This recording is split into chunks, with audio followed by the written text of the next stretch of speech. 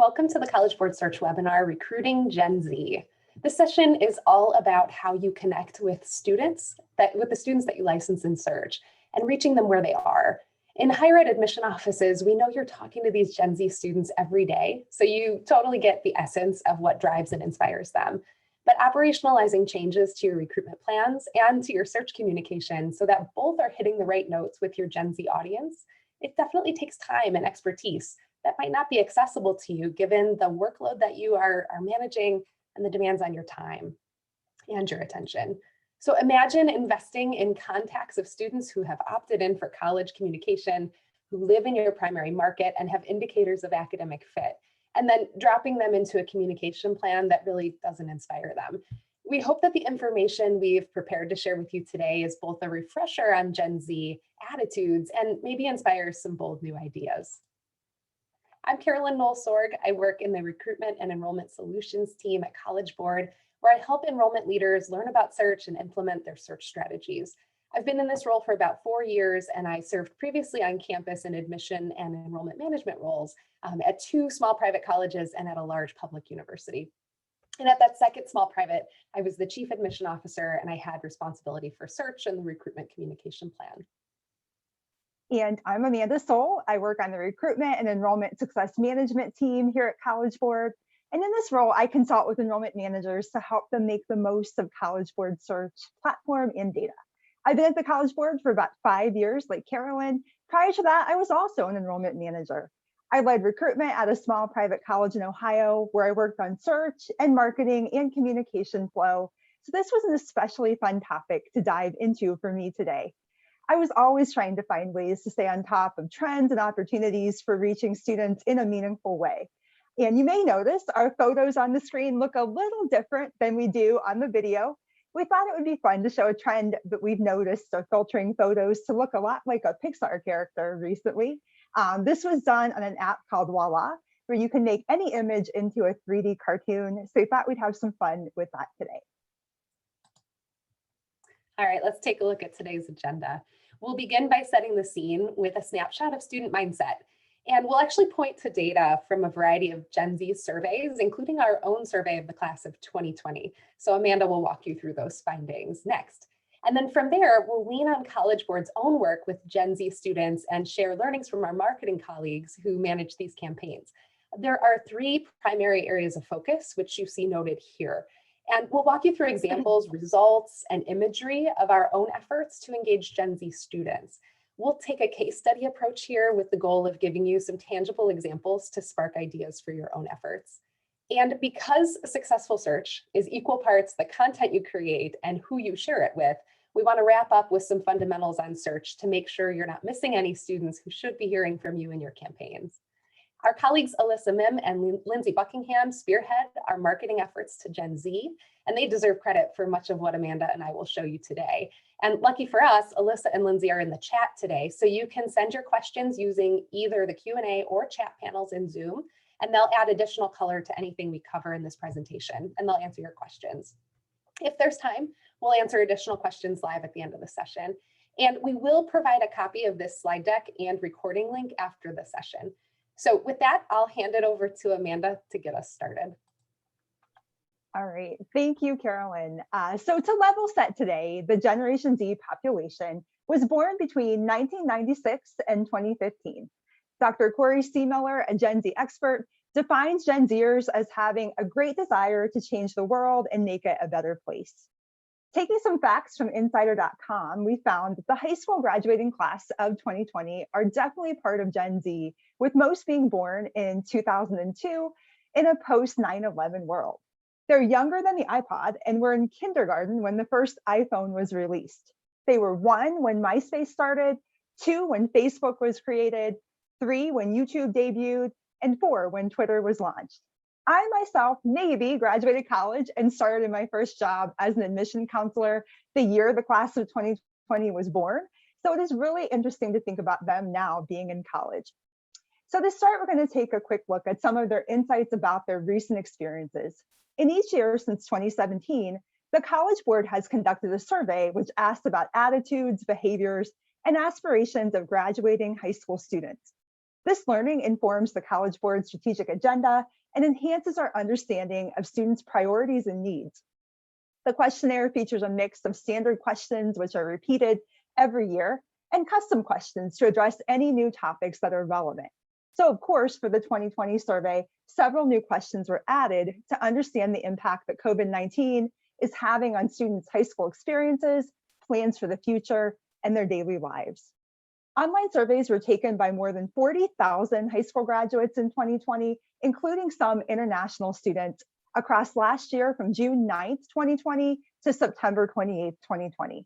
Questions were randomized so that not all students saw all questions, and each student took a survey of about 15 minutes in length. Data were weighted to reflect population proportions in terms of gender, geography, income, and AP exam taking. All of the students in the sample had opted in to receive email communications from the College Board.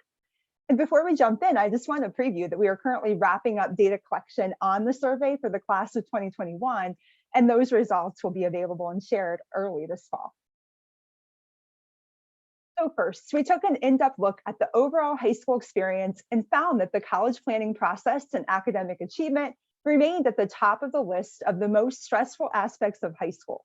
Not surprisingly, given the year we've all just had, mental health rose higher on the list of concerns and connected to themes of gratitude for supportive teachers and high school counselors who help students navigate both personal and academic pathways. Students stress the importance of having fun and trying new things while working hard as their main advice for their peers. They felt strongly about social issues, identifying understanding their rights as citizens as a priority mindset. These findings align with external research specific to Gen Z. Recently, Marketing Dive reported on the importance of community building as a primary way to reach Gen Z. They found, particularly related now to COVID, that young people are increasingly looking for organizations to represent who they are and what they stand for, and are eager to connect with a supportive community. Institutions who prioritize community building will stand out to Gen Z. Additionally, Marketing Dive data show 49% of young people want brands and organizations to have a social impact initiative that they can be a part of. This tracks also with our finding that a lack of social connections and extracurriculars were noted by students as the largest COVID impact for the class of 2020. But academic concerns also dominated the narrative, as many students identified challenges with distance learning and felt they did not receive an adequate education during lockdown, which could have long-term effects into their college years. Students applied to slightly more schools last year, with more than half of respondents applying 5 or more places. Other admission factors, though, remained relatively steady, with students identifying similar areas of importance to previous cohorts. Grades and essays were top of mind in the admission process. Major and costs drove enrollment decisions, and STEM and business areas were the majors that students were most interested in the 2020 class.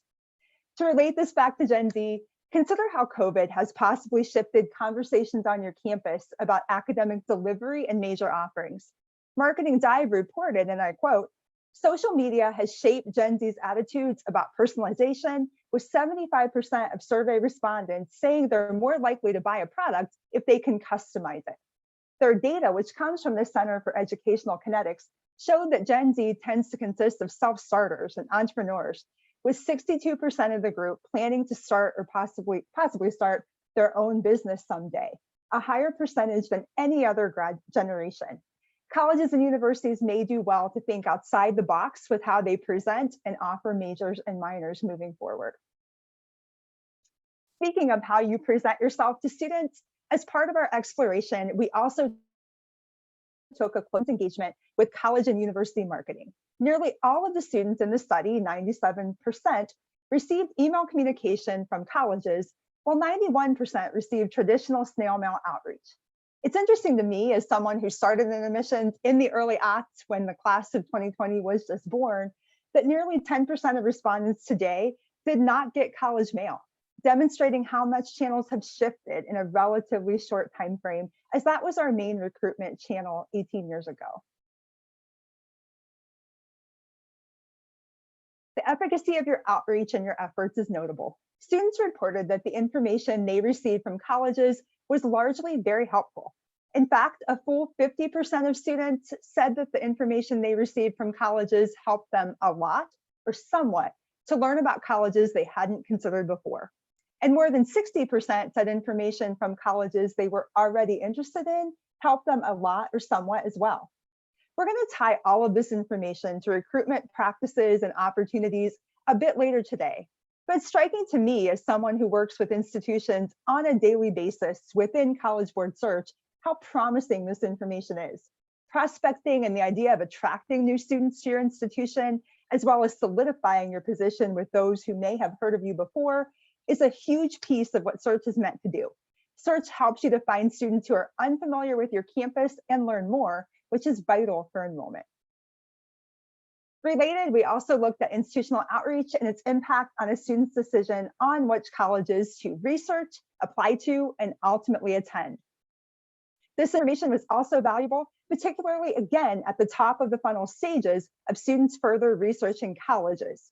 56% indicating outreach helped to a large extent or a moderate extent in furthering their research and submitting applications, as 49% said communications helped in a large and moderate way on their decision on where to apply. Overall, the Student Mindset Survey for 2020 provides great food for thought moving forward. A strategic, comprehensive communication plan is so important across the funnel, more so now than ever as we navigate the continued impact of the pandemic. I'm now going to turn things back over to Carolyn to introduce our learnings on what this current generation of high school students is most looking for as they engage with college activity. Great, thanks, Amanda. So now that we know Gen Z a little better, let's pivot and talk about how to recruit them to your institutions. And as I mentioned earlier, we'll use College Board's own learnings from our campaigns as a jumping off point. The first big learning that we'll cover is that marketing and communication pitched at Gen Z really needs to value authenticity over polish. So surveys have shown that Gen Zers prefer brands that are authentic, as you definitely got from Amanda's comments. They're looking for genuine connection, and they are going to perceive the glossy, perfected materials that you might send as less trustworthy. In fact, one of the surveys that Amanda was quoting from Marketing Dive showed that 82% of Gen Zers trust brands more when images of real customers are used in advertising. The voice of the actual customer is stronger than the marketing brand voice for this generation. So learnings from our own email campaigns to Gen Z really support this. Our data clearly shows that messages without any images at all perform better. We see the best open and click-through rates when we use brief copy and a clear call to action. We also hear that Gen Z students value product quality and a top-notch customer service experience. They're making decisions about quality based on representations from real people engaging with a brand, and a customer service experience that's personalized and responsive and easy to follow, and one that includes clear calls to action, and those will be helpful to hold the attention of busy teens. So we want to move these students through your recruitment funnel, and some of these learnings hopefully can help you and jive with what you're seeing on your own campuses. As Amanda mentioned, Gen Z is the first demographic group born after the internet was truly commercialized. So digital experiences have shaped them from their very early memories. And according to another survey, about 2/3 of Gen Z use the internet for entertainment. So given what we already know about their preferences for real voices, for brief actionable content, and where they're spending their time, social media is clearly a critical channel, and it's shaped Gen Z's preference for personalized digital experiences. Now, surely you already know this, and surely you're all implementing some kind of social media strategy in your recruitment plans. Over the next few slides, I want to walk you through College Board's social media strategy for Gen Z. And at a high level, we sort our content into 6 broad categories on social media. Here we have an example from each. The first category is tips and advice. This is the information that helps students most. The example here is from August 2020, as most students were preparing to head back to school for another year of remote learning. We sought to support students in this undertaking by giving them quick tidbits to consider. You'll notice each bullet in the screenshot on the far left of this slide as easy to understand. And this post, which was from Instagram, was shared around the same time that the content would be most relevant to this audience, right as they were getting ready to start back to school. The dates and deadlines category, which we have represented here in the middle, is really driving to help students to stay organized. You've probably noticed, as we do, that when a deadline is associated with a task, students are more likely to complete that task. Here we have a post from May 2020 announcing registration deadlines for fall SAT testing. I think higher ed is pretty good at the dates and deadlines work as you bring students through your processes. And again, keeping communication brief, clear, and easy to understand are really key here. We also share checklists with students. These help students build confidence that they're keeping track of important tasks.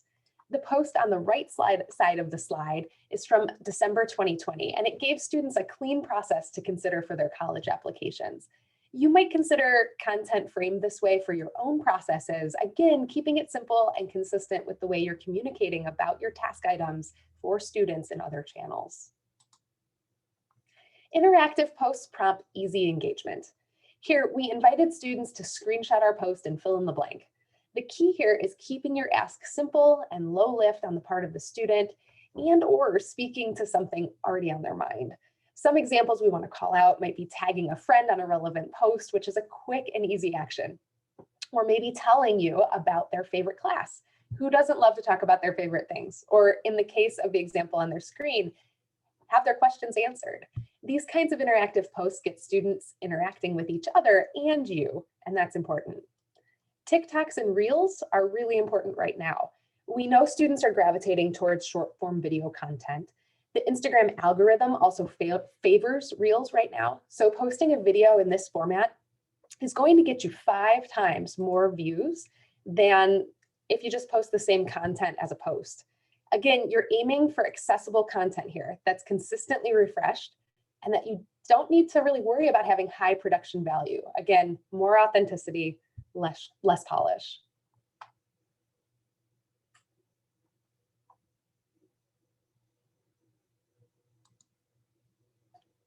That brings us to user-generated content. When it comes to learning about colleges, prospective students want to hear from current students. These are real people who know your brand and are more authentic stewards of it than anyone else. On social media, video campus tours given by current students perform really well, even if they're just shot on a cell phone. And we want this content to fit right into the rest of what students are seeing on their feed. It should feel organic and it should make your social media accounts feel like a community. So this example on the screen is from just a couple of weeks ago. We invited AP Art students to share their original work and we featured it on our accounts. It was successful in amplifying students in our channels and celebrating their talent. Marketing surveys show Gen Z as a force of creativity. So to paraphrase from Marketing Dive that Amanda quoted in the last section, to engage Gen Z, you should move beyond viewing them as an audience and market and an audience that you would market to and tap into their potential to help shape your brand. Students now expect to participate and their participation drives belonging since as humans, we feel connected to what we create. Now, here's an example from higher ed that we took notice of. It's from Temple University. And if anyone here today is from Temple, we give you a round of applause for this user-generated content. A student named Naomi filmed a YouTube video about her experience of applying to and attending Temple while she puts on her makeup. Even though the video is long, it's 27 minutes long, prospective students are engaged and they're excited about the content, as you can see on the left side of the slide, and it has nearly 10,000 views. Students like Naomi can speak to the student experience on campus in a more compelling way than the colleges themselves can. So Temple has amplified Naomi's video and featured it on their YouTube page. These kinds of campaigns also bolster trust, as studies show that people trust the recommendations of their peers over traditional advertising. And this same concept can be applied to email campaigns or to any student outreach initiatives, not just social media. So on that note, let me turn it back over to Amanda, who's going to walk through the importance of getting your message out in multiple channels. Thanks so much, Carolyn. As someone, again, who used to work on email and video content for a college campus, I was always looking for new ideas and inspiration. And what you just presented certainly gives the audience a lot to think about already. So we now want to shift to looking at communication channels and making sure campaigns meet students where they are and most want to engage. So just like all of us, everybody in the room, students are really busy both in real life and online. They're constantly engaging across channels, platforms, websites, usually at the same time. A yearly global survey that was commissioned by WordPress with their host company, WP Engine, found that more than half, 58%, of people born in the years 1996 to 2015 said they can't be without internet access for more than 4 hours before becoming uncomfortable, making them highly dependent on their digital connections. I would say many of us are in this group. At College Board, we deploy multi-channel campaigns to reach the broadest student audiences possible. We run our efforts simultaneously or sequentially to reinforce our campaign messaging across email, text, search engine marketing, paid media, and on-site alerts to leave no stone unturned. We track response and adapt the student experience accordingly based on clicks and action steps. So this is one of my favorite slides today. We can take a look at how this may play out in practice with an example of what one of our student campaigns for Student Search Service might look like. On this slide, you'll find the journey of Annie, a high school junior, learning about her opportunity to opt in to College Board Search. So we start out with a simple, more traditional, you might say tried and true approach, with an email message in July and a text message in August, encouraging Annie to opt into Search to learn more about colleges and scholarships. She engages with both channels, opens the email, clicks the text, but does not yet opt into the program. In September, Annie receives more information about Search via email, along with it a larger message about the benefits of taking the PSAT and MSQT and the connection to national merit. Again, she does not engage with Search in that email, but does click to learn more about the National Merit Scholarship Program instead, showing her engagement with the email overall. On October 5th, Annie gets a copy of our newsletter, The Latest, which highlights Search opt-in in it, but she doesn't open the newsletter at that time. But later that month, on October 19th, she sees an ad about Search on her Instagram stories and ultimately decides to opt in. Many things could be factors here. Perhaps Annie is more likely to take an action from video or social media content. Or perhaps she did notice the search information in previous channels and now decided she was ready to hear more from colleges. We can't know for sure, and this is just an example, but our multi-channel campaign met Annie's needs and opened up opportunity for her. We all need to see messages multiple times before we build the awareness and affinity and comfort to actually take an action. So it is important to reach students multiple times via different channels to drive your key conversations. Assuming we have a student's email address and phone number, they're likely to hear from us around 5 to 6 times in a given campaign. This helps students like Annie not miss out on critical college planning connections and could be replicated for steps on your campus around applying or yield. Of course, the quality of any campaign and student journey rests on the website experience, including search engine optimization. Similar to email, web landing pages should clearly state their value proposition, both in the headline and subheadline, and provide a prominent, clear call to action button that leads to a simple process for completing action steps. Study findings suggest that Gen Z is comfortable with sharing information if they can customize services based on their interests. Make sure the FAQ section addresses common questions so the answers appear in search engine results. Search Engine Land defines search engine optimization, or SEO for short, as the process of improving your site to increase its visibility when people search for products or services related to your organization in Google or other search engines. The better visibility your pages have in search results, the more likely you are to garner attention and attract prospective students to your campus. Search engines like Google use bots to crawl your web page to collect information about each page to put them into an index, kind of like an online library of sorts. They then use algorithms to determine how pages should show up in the search results for a keyword or phrase.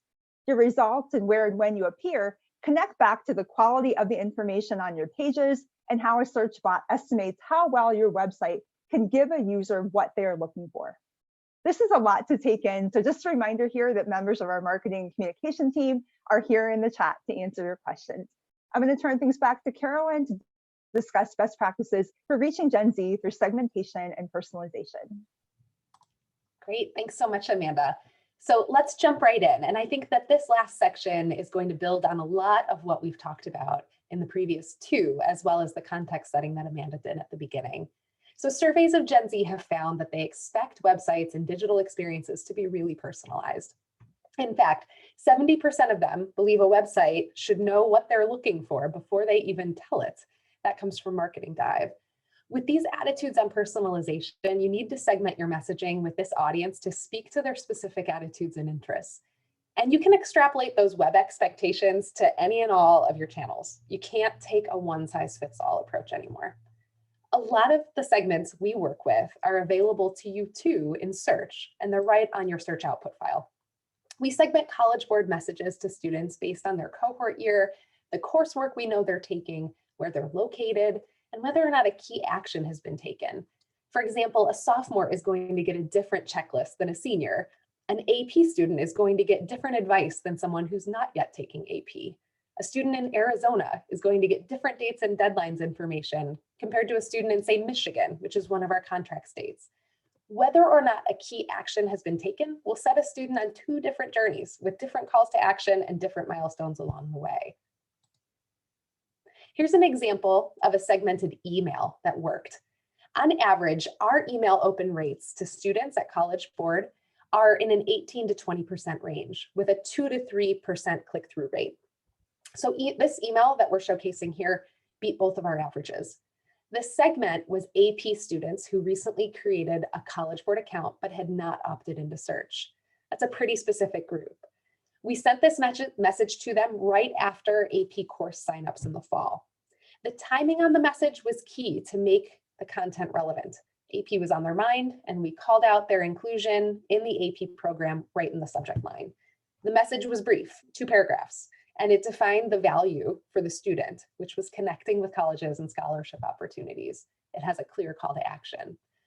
So these learnings from this email, certainly are highlighting some of the best practices for email, and we hope that this is helpful to you as you think about your own efforts. Here's an example of a segmented text message that worked for us. You'll notice that the click-through rate on this text message outperformed the email click-through rate on the last slide by a 2.5% margin. Again, it underscores the importance of being in multiple channels. Here we were promoting search opt-in by cohort year, and we timed that message to students who took the PSAT about 1 week after their scores were released. You can see that 17% of the students we contacted in the classes of 2022 and 15% in the class of 2023 took the desired action to opt into search. Again, we used a clear and simple value proposition, and we also tapped students when they were paying closest attention to College Board, many for the first time. You'll likely find some of your highest response rates among these younger cohorts as they're excited about the college search process, and they're just starting to engage with it. In a moment, Amanda's going to talk about some key concepts in search to make sure that you can get your brand in front of these students without delay right after they opt in and leverage that excitement for your own efforts and hopefully your own response rates. If you don't already have a segmentation strategy in place, there are myriad options. You might go straight to your best source and ask current students how they would define personas of prospective students and what types of messages each of those personas should receive. You might base your segmentation on data you already have. And for those missing key data points, you might survey prospective students or drive them to a web form that collects that data and then fits them into the right stream. We have some users of Segment Analysis Service attending this webinar today. Segment Analysis Service is a tool in College Board Search that gives you unparalleled insight into student values using geodemographic factors at the neighborhood and high school level. In other words, you can use Segment Analysis Service to clearly gather insight into likely student attitudes and behaviors and provide a treatment by group that will be relevant and easy for students to relate to. If you don't use Segment Analysis Service and you'd like to learn more, Amanda and I or any of our colleagues on the Recruitment and Enrollment Solutions team at College Board would love to spend some time with you introducing you to this tool and the powerful concepts behind it. So let me hand it back to Amanda. Sorry, and she'll take us the rest of the way there. We have this sound. Thank you so much. This is actually making me really nostalgic for being on a campus and finding all these new ways and means to reach prospective students. So that's exactly like Carolyn said, how we want to end today before Q&A is connecting all of the information shared to opportunities you have at your fingertips in College Board Search. So just to level set this, we saw earlier in the class of 2020 mindset data how much value your outreach and messaging had on a majority of students in the survey during high school. A great deal of outreach begins with student search service, and we're pleased to share that search's efficacy extends well into the student life cycle. We have updated research completed in the beginning of 2021 that compare the students colleges are connecting with via search to observationally identical students not receiving search outreach. Observationally identical means students who go to the same types of schools, have similar grades, similar SAT scores, and have the same racial and ethnic background. So when controlling for all of these factors and tracking student enrollment and bachelor's degree completion, our research team found that one, students connected to colleges via search have four-year college enrollment probabilities that are 25% higher than nearly identical students who were not connected via search. And bachelor's degree completion within 4 years is 31% higher among students connected to colleges via search. As you know, the idea of recruiting to retain and moving the needle on enrollment and completion is really difficult. So this data really highlights the power of helping students be seen by colleges, as well as supports the case for an ever-evolving strategic communication flow to maximize your search efforts moving forward. Another research study we completed with external researchers and using National Student Clearinghouse data found that when a college reaches out to a student through search, that student is 22% more likely to enroll in that college on average.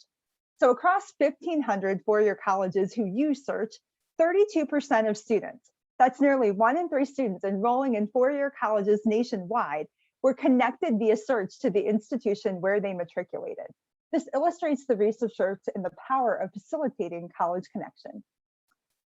So we've thrown a lot of numbers at you, and that can feel kind of clinical. So we wanted to provide you with some student quotes when we asked them, what benefits, if any, did receiving information directly from colleges have for you? By and large, students' responses are positive. Students are looking for personalized information, like Carolyn talked about already. They want to hear about programs, scholarships, costs, and campus life, but maybe in a different way. The quotes selected here highlight 2 other critical aspects of recruitment that I think are also kind of hallmarks of Gen Z, and that's inspiration and discovery. And I kind of think back to that community idea we talked about. So this may help you to think about comm flow and messaging moving forward and serves as a great framework for the rest of our discussion. I'm now going to shift to some key search updates to make sure you're getting the most out of your time and budgetary resources for filling your funnel. So we first want to start by reviewing that the way search works has changed. So we want to make sure you're up to speed. A student can opt into search today more ways than ever before. We have a number of new online opt-in channels that I'll show you on the next slide. These online channels together generate more than half of all new search opt-ins. Students might also opt into search during the pre-administration session for an exam being given at school, such as PSAT, PSAT 10, SAT School Day, or AP, just like they always have. Regardless of how a student opts in, the student is added to the search database. From the top left of this slide, look to the bottom left on the flowchart. In the case of online opt-in channels, students are added through a weekly process we call indexing. We add students to search every Monday, whether or not they have a prior assessment. When a student opts in for the first time during an exam, they'll be added to search during the data load for that exam. Moving along the bottom of the slide to the right, you can then license and connect with those students. When a student has already been added to search and they take an assessment after, those scores will be appended to their existing search record on the data load for that assessment. Keep in mind that many students opting in online have taken a prior College Board assessment already. When they opt in, their index record includes data points from those prior assessments. This flowchart represents a recent change to the way students flow into search. Every student used to have an assessment on their search record, and that's no longer the case. And because that's no longer the case, your focus on data loads as search events needs to change to a more consistent process.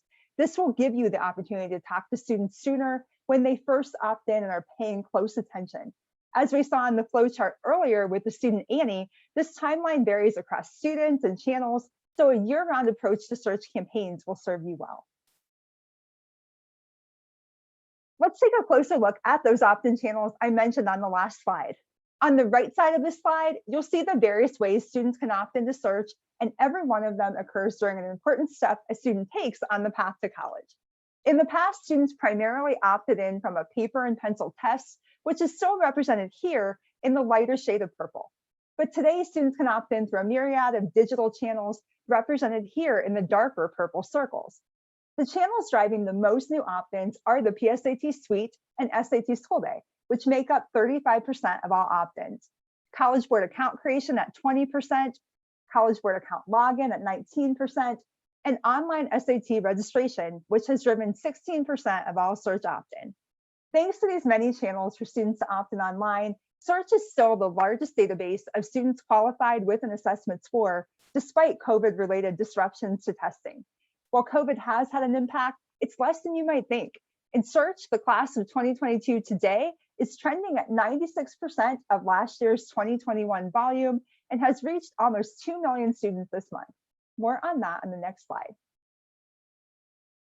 So as I mentioned, the COVID-19 pandemic has affected test taking, yet we're seeing strength in our spring administrations. As it relates to search, the 2022 cohort, the current juniors, actually rising seniors, is growing at a rapid pace despite the challenges of those fall and winter administrations. This chart shows a month-by-month comparison of the classes of 2020, 2021, and 2022 from the second half of junior year into the first half of senior year. The dark gray line across the top shows the class of 2020, which, as a reminder, had no pandemic impact. The next lighter purple line depicts class of 2021, and the dark purple line shows actual and projected volume for the class of 2022 as they rise into their senior year. As a result of expanded test-taking opportunities and opt-in channels, the class of 2022 is just 4% smaller than the class of 2021 was at this time last year. And by August and September, we expect the 2022 cohort to close that gap completely and match the 2021 cohort in size. Better yet, by the end of the year, we project that the class of 2022 will reach the size the class of 2020 was before the pandemic. With this in mind, it's important to think about your senior search plans and make them stretch into fall and early winter so you don't miss these students as they opt in. You may have heard about new search features that are being developed in close consultation with our enrollment advisory groups to connect you earlier and more effectively with the students opting into search each day. But I wanted to go over these now, because starting this fall and September 1, all search partners will gain access to the following new features. One, Interest in My College will no longer require an additional subscription. The filter and data flag will be available to everybody. This is a tremendous value enhancement, given what we know about the high conversion rates of IMC students. IMC also relates to our learnings today on Gen Z. 66% in the Marketing Dive survey believe that all websites will talk to each other to create a personalized experience among websites, apps, and appliances. IMC allows you to identify students who have you on their college list from the Big Future website, so you can acknowledge their interests at the onset of the campaign. Secondly, added filters will improve targeting. Will enhance your ability to find the students who matter to you most based on a new set of environmental attributes that will help you meet enrollment goals and better customize and segment your messaging. Finally, prospect notifications will let you know when students who meet your criteria are available, making it easier than ever to connect with a wide range of students joining search each day. This is so important as we think about the digital expectations of Gen Z. Once they engage with search, they expect to hear from colleges quickly, so regular outreach to your priority markets will serve you well with response. We're hosting a 3-part webinar series this summer to introduce you to each of these 3 program enhancements. Introducing IMC for All has already occurred, but you can find the recording of that session at cbsearch.collegeboard.org. On July 8th, we'll host a session introducing prospect notification, and on August 12th, you can learn more about the added filters in the session introducing environmental attributes. You can register online for any of these at cb.org/searchwebinars21. We'll post that in the chat as well. Finally, we offer consulting with search users at all times at no cost. We want you to get the best return on your search investment. You can request a free consultation with a search expert from our team at cbsearch/search consult. We've compiled an archive of resources for you to illuminate best practices for working with the CB Search data, and you can find that at cbsearch.collegeboard.org. And you can also join our Search listserv to stay in the know about changes to Search and upcoming events like these webinars that you can see on the screen. Send an email to collegeboardsearch@collegeboard.org or to Carolyn or I to be added to that listserv. With that, we're going to turn things back to you and any questions that we have.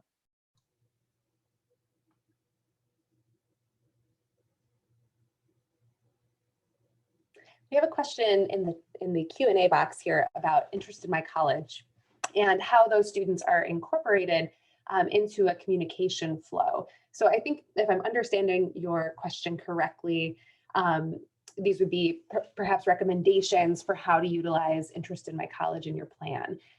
What we've heard primarily from users of IMC, and there are about 200 of them who have had access to IMC since the program launched initially back in July of 2019. Those folks are finding success elevating interest levels. So whether that means that you are treating them as inquiries or flagging them separately, sourcing them and marking the source code specifically to IMC, and talking to students specifically.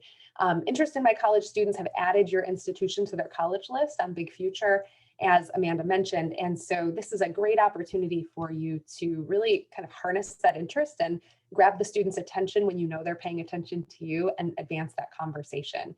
So it's a great opportunity for you to make that connection and to build on that connection. Thank you, Carolyn. I would agree with everything you said there. And I think IMC can also be used once you're able to use it for all. To look at where you have recognition and where you have interests. I noticed that most colleges tend to have some students from all 50 states and even some international. So you might be able to build new markets from that too, as well in Search. Okay. We have another question about social media and wondering, are we providing any incentives, or what are we doing to try to really promote engagement there? So anything with prizes or extra incentives, and just advice for making social media more dynamic. So I'm going to ask our colleague Alyssa to come off of mute here. She's been answering your questions in the chat, but she is the expert here, so I want to invite her to respond. Sure. Thanks, Carolyn, and thank you all for being here today. We've really enjoyed all the questions coming through. This is a great one. We've experienced the same thing. We really don't see that offering an incentive makes a big difference. So we don't typically do that. We just encourage students to participate in the interactive posts that we have based on their own interest. Sometimes I think we might have shown an example of like the AP yearbook posts where we have students like nominate friends and say, this friend is the most likely to, be in the AP Bio Lab working on a new experiment or whatever it might be. So it's kind of fun where students get to celebrate their classmates and see them be featured on our social channels. So I think that provides a bit of an incentive without needing to actually offer like prizes or giveaways. So that's our approach there. And Alyssa, another question came in that I think builds on this topic very nicely. And so maybe we can just respond to this. And I know we're right at our published time. So Alyssa, if you could just comment on when launching a new marketing channel, like maybe TikTok or YouTube series, how are you measuring successful growth and interaction, especially in those early stages? And do you recommend paying to boost posts early on? Yeah, that's a great question. We're actually just going live on TikTok. So we're experiencing this right now on the College Board side. I think it's great to just start slowly. I think our social media team leader, her strategy was to build out content first, so that our TikTok channel has some content elements added, so that when students visit our profile, there's a lot of different things that they can engage with. And I think being really authentic to each channel is very important. So what works well on TikTok is not the same as what's going to work well on Facebook or on Instagram necessarily. each channel is a little bit different. So I think it's important to personalize the content and just build up gradually, build that content. We don't pay really to, sometimes we'll pay to boost content if it's connected to a specific campaign, a specific action that we're encouraging students to take. So that can be successful if you have a piece of content that's really strong and you want to get more visibility for it. But I would really make that decision on a content basis and what you want to feature. Great, thanks, Alyssa. All right, one more question that we'll take, and then I do want to let you all know that if you have additional questions, please feel free to email those to us. You can see Amanda and my contacts on the screen, and we will be glad to follow up with you and point you to more information if you haven't gotten your questions answered today. But this participant is letting us know that this was the first time that they heard a presenter say that messages without images perform better, and that typically the experience has been that images and copy balanced is preferred. So I think that what this gets to is that you have to track your own results, right? So that has been an observation that we've made. We've A/B tested this to try to understand the differences between our types of messaging, and that's been something that has worked for College Board. It may be different for your institution. So I think it just gets back to the importance of measuring and taking those learnings and testing ideas that you hear from other sources and seeing what works best for you. Amanda, Alyssa, anything else you would add on that one?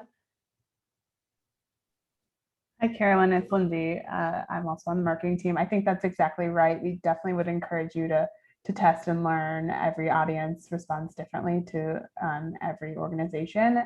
One reason why we think some of our student-facing messages work better without images is because they tend to be a little bit shorter. And so students are more likely to take action because there's less content on the page. So, you know, that's been our experience in recent months, but, you know, those things can change. So if you have the ability to do some A/B testing, or even just trying, you know, with an image, and then in a few weeks later trying a similar comms flow without an image, just to see the difference in the results, we would definitely encourage that kind of testing and learning. Thanks, Lindsay, and I apologize for not giving you. No worries. All right, well, folks, thank you so much for joining us today. With that, we'll wrap it up. And we encourage you to reach out with additional questions. As I mentioned, we'd love to talk with you one-on-one about your strategies with search, and then what you do with the names you get from search in your campaigns. So we look forward to working with you, and thanks for your time today.